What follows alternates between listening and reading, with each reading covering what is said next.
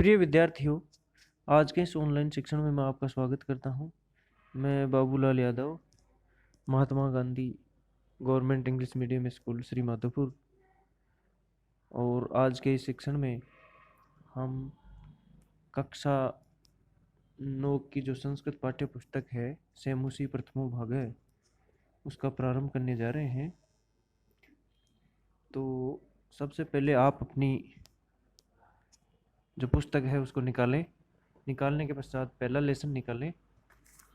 पहले लेसन में जो मंगलम के नाम से 3 पद्यांश दिए हुए हैं, सबसे पहले उनको देखेंगे, तत्पश्चात हम प्रथम लेसन को प्रारंभ करेंगे। तो सबसे पहले आप अपनी पुस्तक खोलें और एक पेंसिल लेकर के बैठें, ताकि जिस शब्द का अर्थ आपको क्लिष्ट लगे उसका आप वहीं पर अर्थ लिख सकें। तो चलिए शुरू करते हैं। यस्याम समुद्र उत सिंधुरापो यस्याम अन्नम पृष्ठये संभवुः यस्याम इदम जिन्मति प्राण देजत सानो भूमि पूर्व पेय दधातु। इसमें मातृभूमि के बारे में की महत्ता को बताया गया है, तो ध्यान से इसमें मातृभूमि से निवेदन किया गया है। पहले मातृभूमि की विशेषता बताई गई है। यस्याम समुद्र उत सिंधुरापो, जिसमें महासागर, नदियां और जलाशय यानी झील और सरोवर आदि विद्यमान हैं। यस्याम अन्नम कृष्टय संबभूवु, जिसमें अनेक प्रकार के अन्न उपजते हैं और कृषि और व्यापार करने वाले लोग। यस्याम इदम जिन्वति कृष्टय संबभू, जिसमें कृषि व्यापार आदि करने वाले लोग सामाजिक संगठन बनाकर रहते हैं।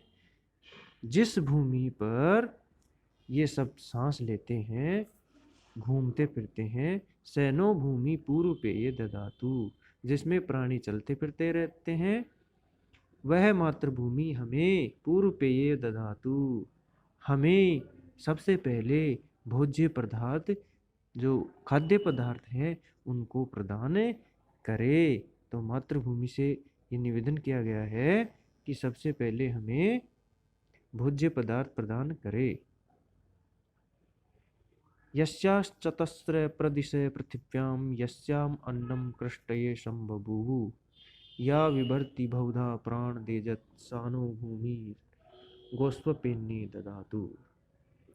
यानी यस्या चतस्र प्रदिशे, जिस भूमि में 4 दिशाएं हैं, जिस भूमि में या जिस मातृभूमि पर 4 दिशाएं हैं, चतस्र प्रदिशे 4 दिशाएं हैं और उपदिशाएं हैं, जिसमें अनेक प्रकार के भोज्य पदार्थ प्रदान या उपजते हैं, जिसमें अनेक प्रकार के भोज्य पदार्थ उत्पन्न होते हैं। या विभर्ति बहुधा प्राण देजत, जो कृषि का और जिसमें कृषि का कार्य करने वाले लोग सामाजिक संगठन बनाकर रहते हैं।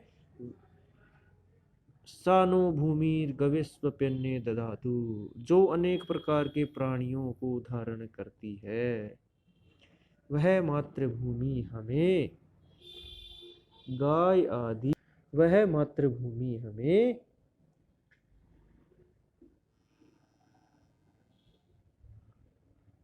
वह मातृभूमि हमारे लिए धन की सहस्त्रों धाराओं का उसी प्रकार से दोहन करे। सहस्त्रम में एक बार वापस देखते हैं। यस्याश्चतस्र प्रदिशे पृथिव्यां यस्याम अन्नम कृष्टये संबभूवु सा विभर्ति बहुधा प्राण देजत सानो भूमि गवेस्वप्यन्ते दधातु। जिस भूमि में 4 दिशाएं हैं, उपदिशाएं हैं और वो अनेक प्रकार के भोज्य पदार्थ उत्पन्न करने वाली है, जहां पर कृष्टये संबभू, कृषि का कार्य करने वाले लोग संगठन बना करके रहते हैं। चलिए दूसरे श्लोक को पुनः देखते हैं। यस्याश्च चतस्र प्रदिशे पृथिव्यां यस्याम अन्नम कृष्टये संबभूवु, अर्थात जिस भूमि की चार दिशाएं हैं, उपदिशाएं हैं, जो अनेक प्रकार के अन्नों को उत्पन्न करती है, जहाँ कृषि कार्य करने वाले लोग सामाजिक संगठन बनाकर साथ में रहते हैं, विभर्ति बहुधा, जो भूमि अनेक प्रकार के प्राणियों को धारण करती है, वह मातृभूमि। गो सु अपि अन्ने ददातु, हमें वह मातृभूमि हमें गाय आदि लाभप्रद पशुओं और खाद्य पदार्थों के विषय में संपन्न बना दे। मातृभूमि से निवेदन किया गया है। अगला देखते हैं। जन्म बिभ्रति बहुधा विवाचसं नाना धर्माणं पृथ्वी यथोकशम् सहस्त्रम धारा द्रविणस्य मेदुहां ध्रुवेव धेनुरन्पस्फुरन्ति। अनेक प्रकार के जन्म विभ्रति बहुधा विवासम, जो भूमि अनेक प्रकार की भाषाएं बोलने वालों तथा नाना धर्माणम, अनेक प्रकार के धर्मों को मानने वालों को, यथोकसम, अनेक प्रकार के धर्मों को मानने वालों को एक ही घर में रहने वाले लोगों के समान धारण करती है। अर्थात जो पृथ्वी अनेक भाषाओं को बोलने वाले, अनेक धर्मों को मानने वाले लोगों को एक ही घर में रहने वालों लोगों के समान धारण करने वाली तथा कभी कष्ट न देने वाली और स्थिर यह पृथ्वी हमें धन की सहस्त्र धारा द्रवणस्य, धन की सहस्त्रों धाराओं का उसी प्रकार दोहन करे जिस प्रकार कोई गाय बिना किसी बाधा के दूध देती है। अर्थात माँ सरस्वती से ये विनती की गई है कि आप हमें सारी अन्न धन और जो विभिन्न प्रकार की सुविधाएं हैं वो प्रदान करें। चलिए आगे देखते हैं। प्रथम पाठ है भारत वसंत गीति। भारतीय वसंत गीति, वसंत गीत के नाम से ये लेसन है, इसको देखते हैं। अयम पाठ है आधुनिक संस्कृत कवि। यह पाठ आधुनिक संस्कृत के कवि पंडित जानकी नाथ वल्लभ शास्त्री ने, पंडित जानकी वल्लभ शास्त्री के द्वारा काकली गीत संग्रह से संकलित है। ध्यान रखें, आप इस पाठ के लेखक का, इसके जो लेखक हैं, जो कवि हैं, उनका नाम आप याद रखेंगे और इस पाठ का नाम याद रखेंगे। परीक्षा में प्रश्न पूछा जा सकता है कि भारत वसंत गीति, ये पाठ कहाँ से लिया गया है या किससे लिया गया है, तो आप इसका जो पूरा ब्यौरा है वो ध्यान रखेंगे ताकि कोई दिक्कत नहीं आई। जब आप श्लोक का प्रसंग लिखेंगे, व्याख्या करेंगे, तब भी आपको इसके बारे में बताना पड़ेगा। तो यह पाठ आधुनिक संस्कृत के कवि पंडित जानकी वल्लभ शास्त्री के काकली गीत संग्रह से संकलित है। प्रकृति सौंदर्यम, प्रकृति का सौंदर्य, अवलोक्य एवं सरस्वती वीणाया, प्रकृति का सौंदर्य का दर्शन और सरस्वती की वीणा की मधुर आवाज प्रभवितुम शक्यन्ते, प्रभावित करने वाली, इति भावना सुस्वरम, भावना पुरस्सरम, कवि प्रकृति सौंदर्य वर्णयन, कवि ने इसके माध्यम से प्रकृति के सौंदर्य का वर्णन, सरस्वती वीणा वाद्य, प्रकृति के सौंदर्य के सम्मुख माँ सरस्वती से अपनी वीणा को की ध्वनि निकालने का अनुरोध किया गया है। पहला जो श्लोक है इसको देखते हैं। निनादे नवीनामय वाणी वीणाम मृदुम गाय गीतिम ललित नीति लीनाम मधुर मंजरी पिंजरी भूतमाला वसंते लसंती सरसा रसाला क्लापः ललित कोकिला काकलीना। प्रथम जो श्लोक है उसको देखते हैं। निनादे नवीना में वाणी। हे माँ सरस्वती, निनादे नवीना में, आप अपनी नवीन वीणा को बजाइए।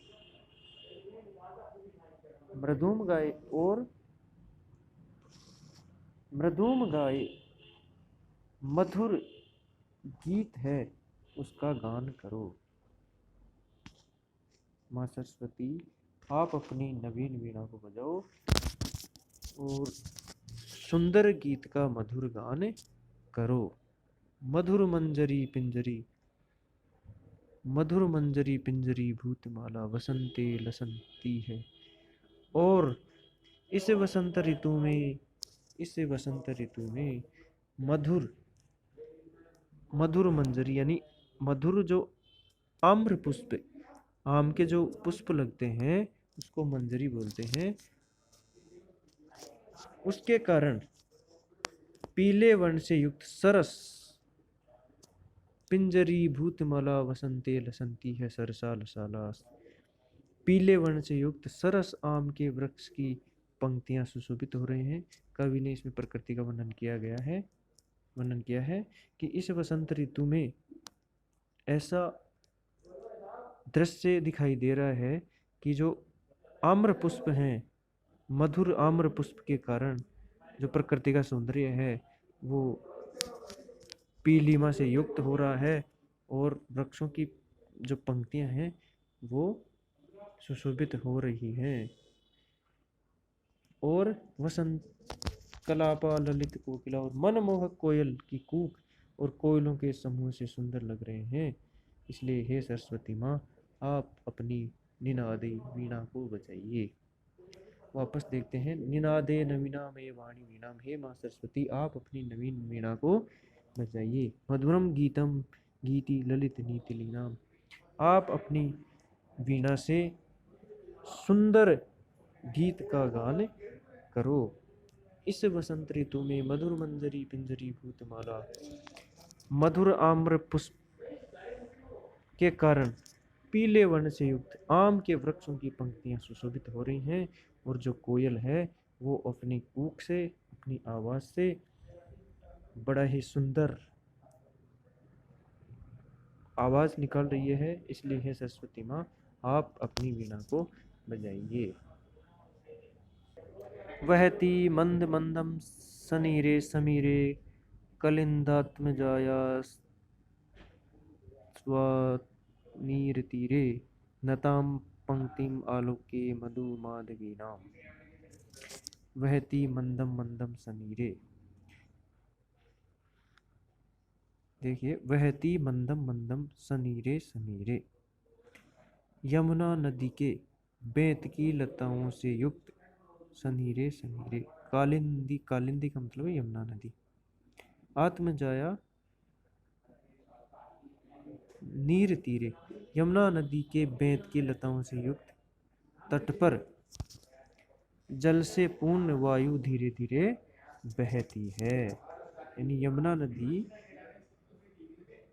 नदी के किनारे बेंत की लताओं से युक्त जो वायु है वो धीरे धीरे बहती है। उसी हवा से मधुर मालती की लता पंक्ति को, मधुर मालती की लता पंक्ति को झुकी हुई देखकर हे सरस्वती माँ, नवीन वीणा को बजाओ। नताम पंक्ति मालुक के, नतीम पंक्ताम यानी मधुर मालती की लता पंक्ति को झुकी हुई देखकर। एक बार पुनः देखते हैं दूसरे श्लोक को। वहती मंदम मंदम सनीरे समीरे यम कालिंदात्म जाया स्तनीर तीरे, कालिंदी नदी के बेंत की लताओं से युक्त तट पर जल से पूर्ण वायु धीरे धीरे बहती है। और मधुर मालती की लता पंक्ति को, जो बेल की जो पंक्ति है उसको झुकी हुई देखकर हे माँ सरस्वती, आप वीणा को बजाइए। ललित पल्लवे पादपे पुष्पपुंजे मलये मारुतो चुंबिते मंजुकुंजे स्वनंतिन तमिम प्रक्षे मलिना मलिना। ललित पल्लवे पादपे, ललित पल्लवे पादपे पुष्पे चंदन वृक्ष की मलये मारुत चुंबित मंजु कुंजे। चंदन वृक्ष की सुगंधित वायु से स्पर्श किए हुए और मन को आकर्षित करने वाले पत्तों से युक्त वृक्षों पर, पुष्पों के समूह पर और सुंदर कुंजों पर भौरों की ध्वनि करती हुई पंक्ति के समूह को देखकर हे मां सरस्वती, आप निनादे नवीन नवीनामयी वाणी, आप अपनी वीणा को बजाइए। ललित पल्लवे पादपे पुष्प पुंजे मलये मारुत चुंबिते मंजु कुंजे। चंदन वृक्ष की सुगंधित वायु से स्पर्श किए गए और मन को आकर्षित करने वाले पत्तों से युक्त वृक्षों पर, पुष्पों के समूह पर तथा सुंदर कुंजों पर भौरों की ध्वनि करती हुई पंक्ति को देखकर हे मां सरस्वती, आप इस नवीन वीणा को बजाइए।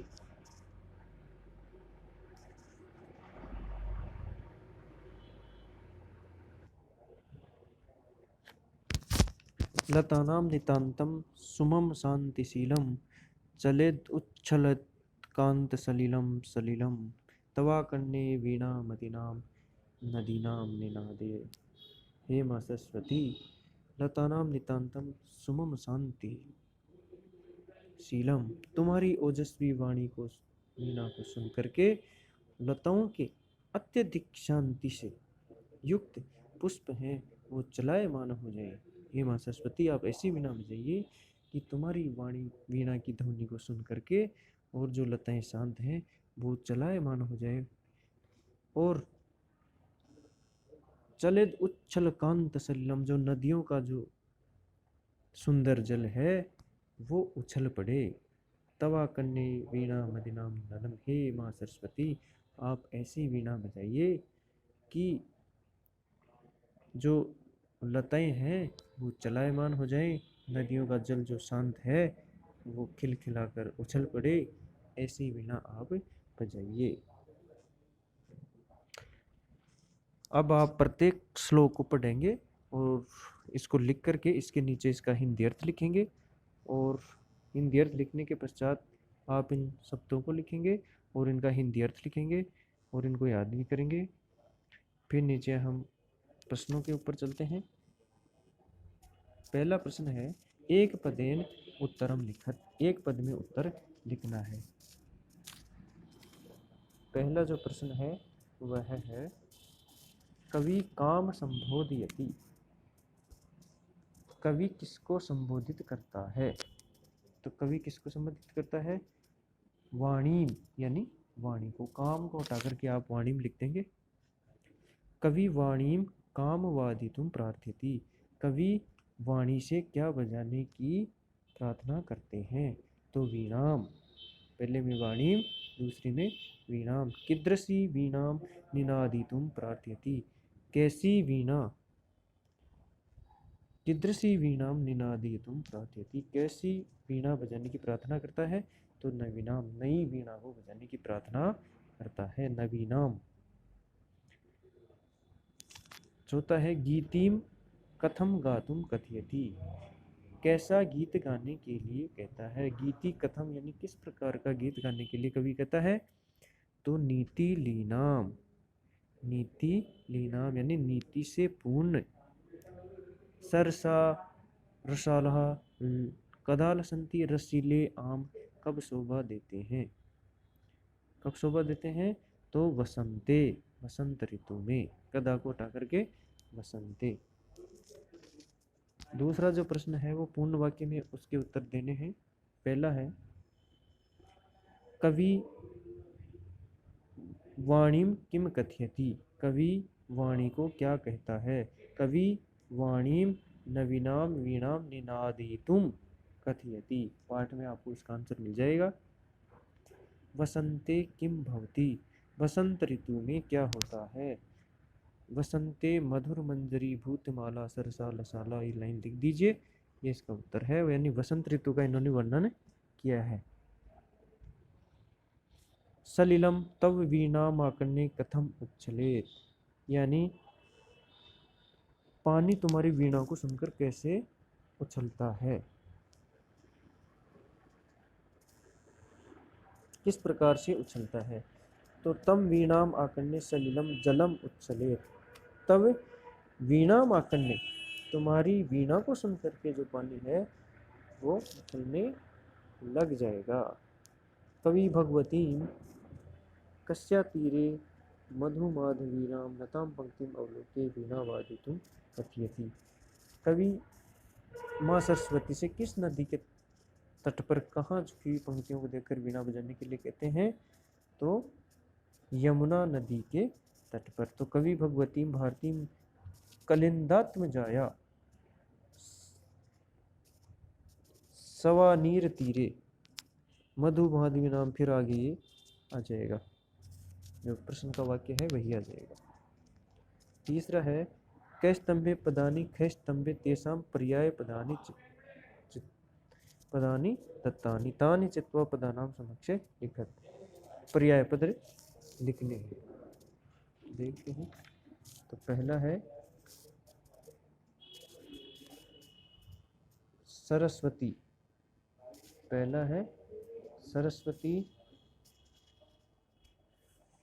तो सरस्वती का जो पर्यायपद है वह है वाणी, आम्रम रसालः, पौनः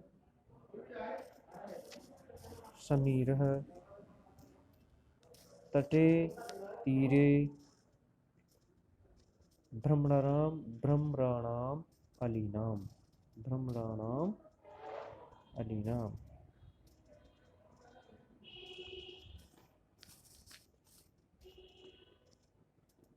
इस प्रकार से आप इनको मिला करके लिख देंगे। चौथा जो प्रश्न है वह है अधोलिखितानि पदानि प्रयुज्य संस्कृत भाषा वाक्य रचनाम कुरु।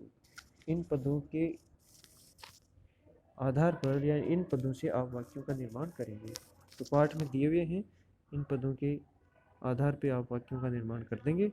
निनादे, जैसे पहला है निनादे, तो ए वाणी नवीनाम वीणाम निनादे, ये पाठ में देख के आप लिख लेंगे।